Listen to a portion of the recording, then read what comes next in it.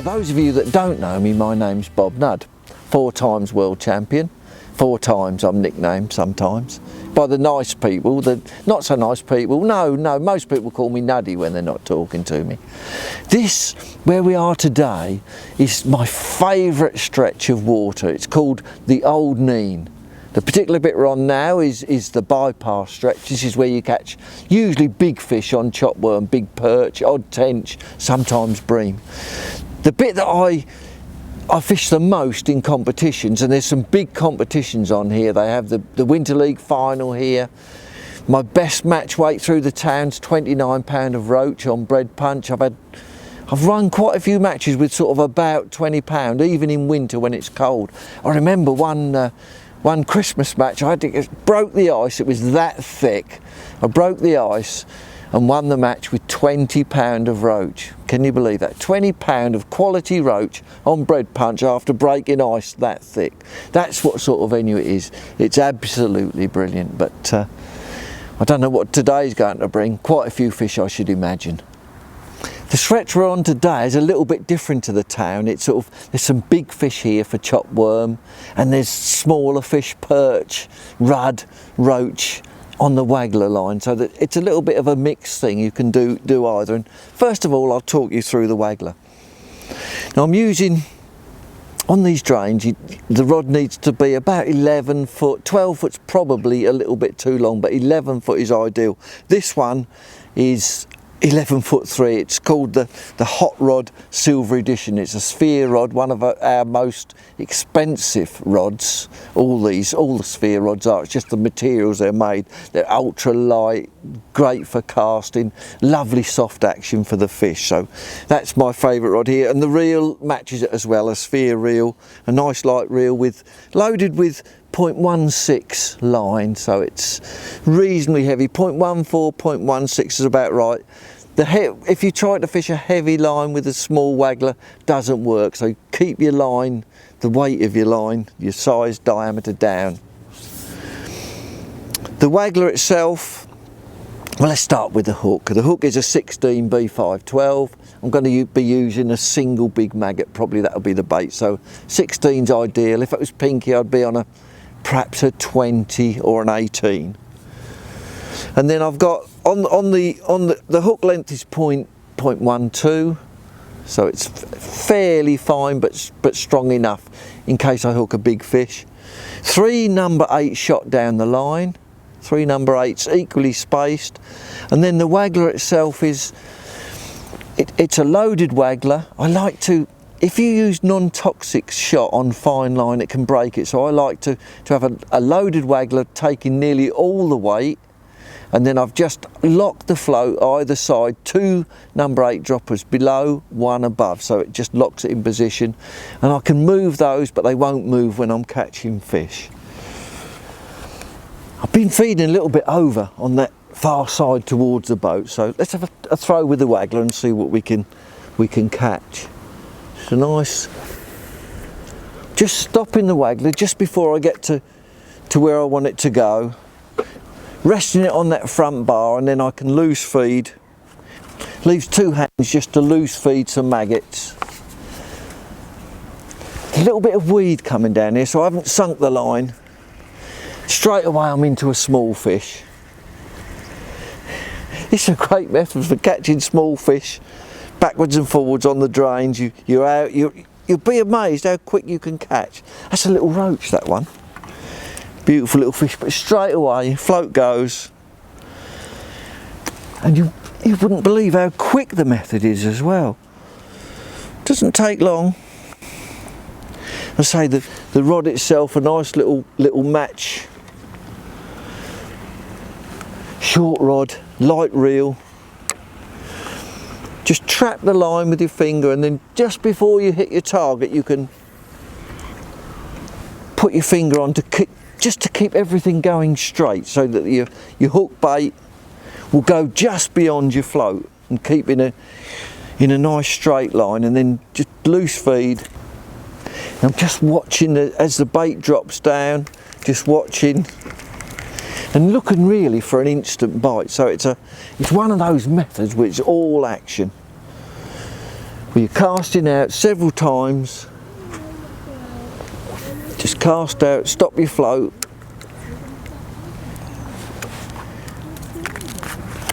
Sort of half sink the line. And then loose feed. Just get some loose feed going in to encourage the fish.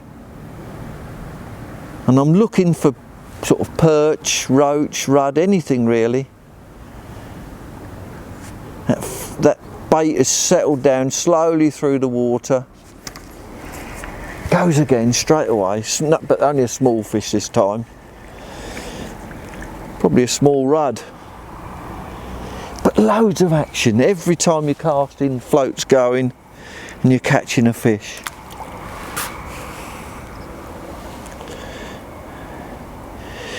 Really, as a match angler, you're always trying to be busy at everything you're doing.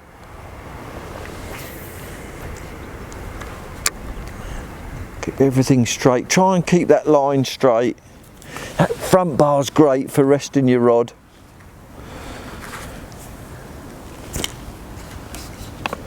And watching for a bite on the drop. So you're watching the bait, imagine it going through the water and straight in and then another one.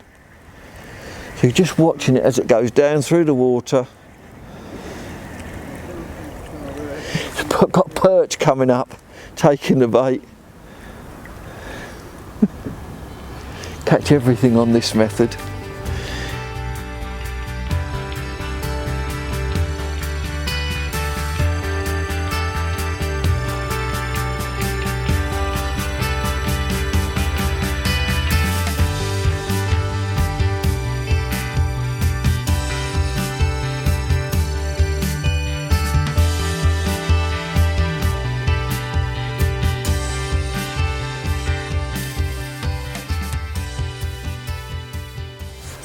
I think my main attack today is going to be the chopworm. That's where I expect to catch the bigger fish, and that's normal on any of these sort of rivers. So, and when you're fishing for big fish, you can use a big hook, you can use heavier lines, and that's what I'm doing today. I'm using a float 1.5 grams. The hook's a 14 B560, so a good strong hook. The fishing about this much over depth, so putting the bait on the bottom, make sure you get it on the bottom. It's fairly clean out there, so it should be all right. Using number 8 droppers. I've got 3 of those and then an Olivet, so 1.25 gram Olivet with a couple of other droppers just to balance the float itself. Number 8 elastic. I like to use a solid elastic here. It's a Browning Senex elastic. Number 8, which is fairly powerful, and it's only through one tip, one section, sort of probably about that long. But it's enough to get any tench, big perch, anything out. So fairly heavy elastic. And then for feeding, I'm going to use a bait dropper. So I've got a front bar on my seat box here. I've picked a marker on the far bank, and I'm going to drop that. I have a separate kit for bait dropping with. And the kit itself has a clip, and then you can hang the bait dropper over the clip. I've got power gum through the tip, so it's not elasticated, it's sort of fairly stiff. It'll give a little bit. No shot. I've put a float on there just to give me direct control so I can see where it's going. So good strong power gum, so that when you lift up the feeder and when you drop it in, it's fairly positive.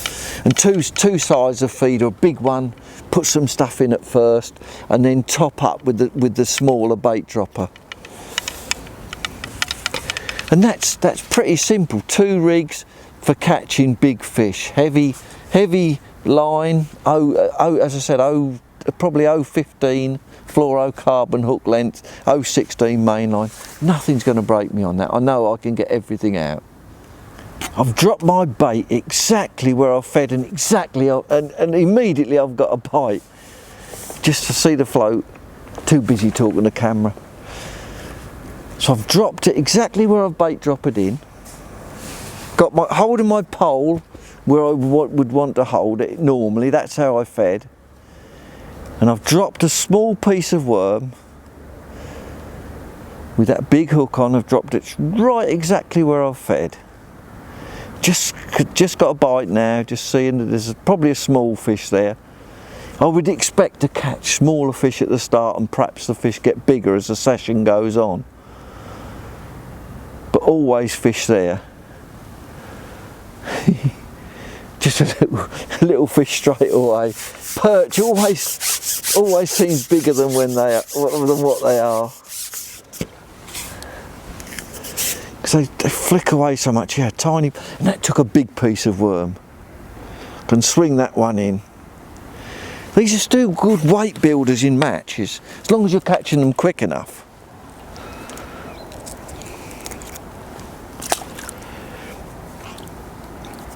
That's the great thing about what I like using about worm. I'm just using the head of a Dendrobina, nipping it off so it's quite a firm piece of worm. I've just unhooked that fish, I can go straight back out.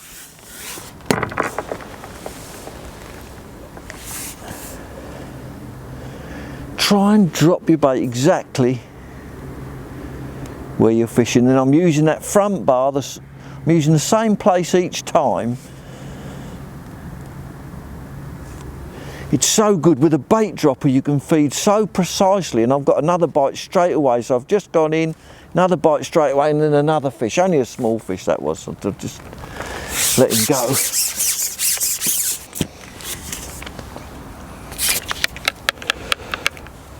I've just had two small fish, but now I've just put a whole Dendrobina on, but I'd expect to catch small fish at first, but I've just put a whole Dendrobina on, just to see if there is. Usually if there's a big perch or something there, that will take it. The small fish will take it as well, mind you. Just getting a bite now. Bigger fish. That big worm worked. Just a slightly bigger fish, slightly bigger, be a perch, but it'll be a slightly bigger perch.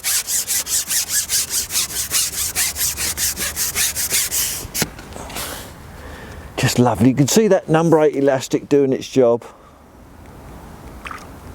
Oh yes, lovely fish. These are the ones you want in a match. Gorgeous. I always admire these fish. They don't ever look like they've been caught, the fish here. They always look so... If you look at the colours on that fish, so beautiful.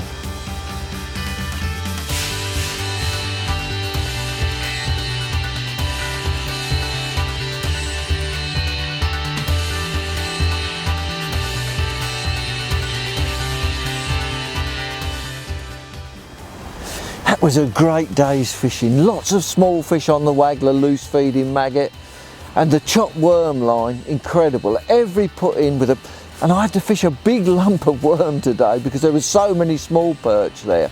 Biggest perch of the day, about £1.5 pounds, I think, but really an enjoyable session. Keeping that bait really tight. Then when you drop in it with the worm, your worm is right in that really tight area. So important. And then I was only waiting a minute for bites, and I don't know what I've caught, but I guess probably about £15 of fish. Really was a good session.